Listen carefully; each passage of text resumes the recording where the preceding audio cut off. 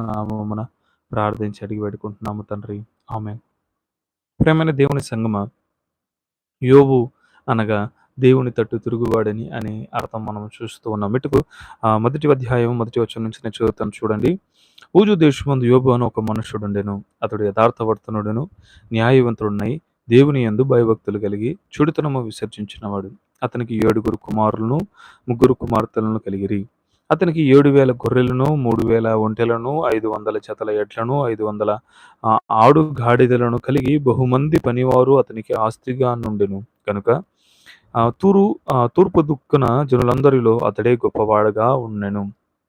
అతని కుమారులందరూ వంతుల చొప్పున అనుదినము ఒకరికొకరు తమ తమ ఇండ్లలో విందు చేయనై కూడుకొనినప్పుడు తమ 3 అక్క చెల్లెండ్రులు తమతో కలిసి అన్నపానములు పుచ్చుకొనవలెనని వారిని పిలిపించుచు వచ్చిరి.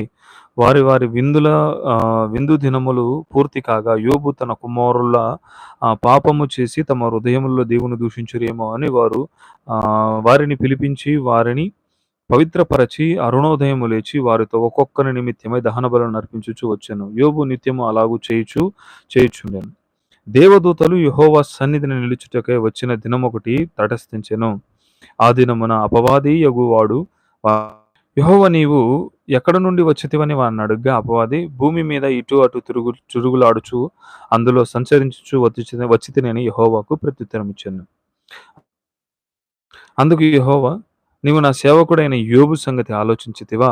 అతడు యథార్థవర్తనుడును న్యాయవంతుడునై దేవుని యందు భయభక్తులు కలిగి చెడుతనము విసర్జించినవాడు. భూమి మీద అతని వంటి వాడెవడునూ లేడు అని అని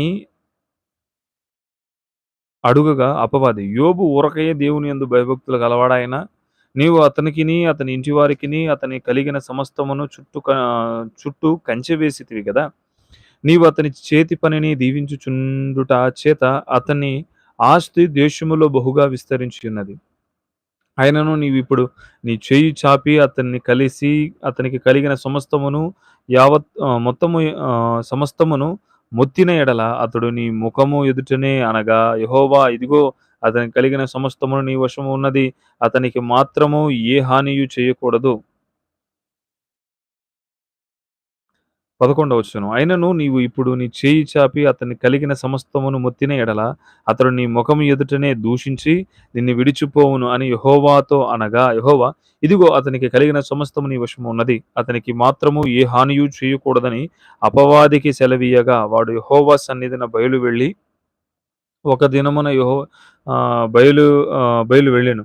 ఒక దినమున యోబు కుమారులను కుమార్తెలను తన అన్న ఇంట భోజనము చేయుచు ద్రాక్షారసమును పానమును చేయుచునుండగా ఒక దూత అతని యొద్దకు వచ్చి ఎద్దులు నాగలి దున్నుచు గాడిదలు వాటి సమీపమున వేయుచుండగా షేబాయులు వాటి మీద పడి వాటిని పట్టుకొని పోయి ఖడ్గముతో పనివారిని హతము చేసిరి. జరిగినది నీకు తెలియజేయుటకు నేనొక్కడనే తప్పించుకొని వచ్చినానెను.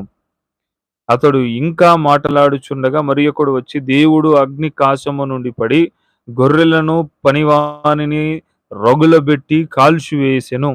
దీనిని నీకు తెలియజేయుటకు నేనొక్కడనే తప్పించుకొని వచ్చి ఉన్నాను. అతడు ఇంకనూ మాటలాడుచుండగా మరియొకడు వచ్చి కల్దీయులు 3 సమూహములుగా వచ్చి ఒంటెల మీద పడి వాటిని కొనిపోయి ఖడ్గము చేత పనివారిని చంపిరి. నీకు దాన్ని తెలియజేయుటకు నేనొక్కడనే తప్పించుకొని వచ్చి ఉన్నానెను.